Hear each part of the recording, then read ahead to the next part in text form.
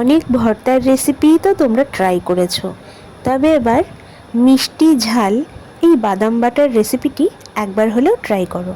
তাহলে চলো শুরু করি। তার জন্য এখানে একটা প্লেট নিয়ে নিয়েছি আর নিয়ে নিয়েছি 150 গ্রাম কাঁচা বাদাম। এখানে কাঁচা বাদাম নেওয়ার কারণ হলো বাদামটাকে ধুয়ে যাতে রেসিপিটি করতে পারি তার জন্য। এরপরে বাদামটাকে ভালোভাবে ধুয়ে নিয়েছি আর জল ঝরতে দিয়ে দিয়েছি। জল ঝরে যাওয়ার পরে এখানে ফ্রাই প্যান নিয়েছি। ফ্রাই প্যানে গরম হয়ে গেলে বাদামগুলো দিয়ে দিচ্ছি। বাদাম খানিকটা ভেজে নেব।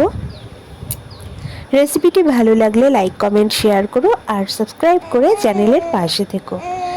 বাদাম কিছুক্ষণ ভাজা হয়ে গেছে, এবার বাকি উপকরণগুলি এতে দিয়ে দেব। এতে দিয়ে দিচ্ছি বড় বড় 3টে শুকনো লঙ্কা আর দিচ্ছি 4 কোয়া রসুন। রসুনটা কিন্তু খোসা ছাড়াইনি। আর ঝালটাও কিন্তু তোমরা নিজেদের স্বাদ মতো দেবে। ঝাল কম বেশি খায় অনেকে, তাই সেভাবেই দেবে।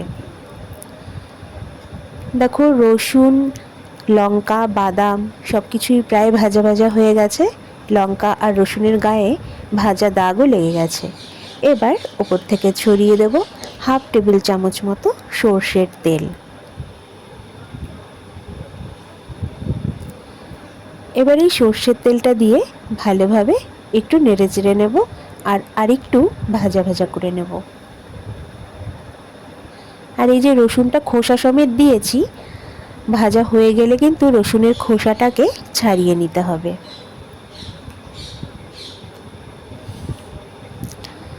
দেখো এখানে সম্পূর্ণ ভাজা হয়ে গেছে। এবার এটাকে ঠান্ডা করে নেব। ঠান্ডা হয়ে যাওয়ার পর একটা মিক্সার গ্রাইন্ডে রসুনের খোসা ছাড়িয়ে দিয়ে দিলাম ভেজে নেওয়া শুকনো লঙ্কা আর দিয়ে দিচ্ছি বাদাম ভাজাগুলো। তোমরা চাইলে কিন্তু এই বাদাম ভাজার উপর থেকে বাদামের খোসাটা তুলে ফেলতে পারো। আমি কিন্তু সেটা ফেলিনি, এটা সমেতই বাটাটা করছি। তো এরপরে ভালো করে মিক্সিতে পেস্ট করে নিচ্ছি।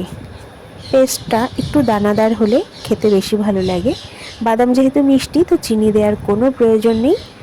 এবার যে ফ্রাইং প্যানে আমি ভেজেছিলাম সেই ফ্রাইং প্যানে তেল রয়েছে, তার জন্য আমি তার ভেতরেই বাদামের পেস্টটা দিয়ে দিলাম আর দিয়ে দিচ্ছি স্বাদ মতো নুন। এবার ভালোভাবে মিশিয়ে নেব।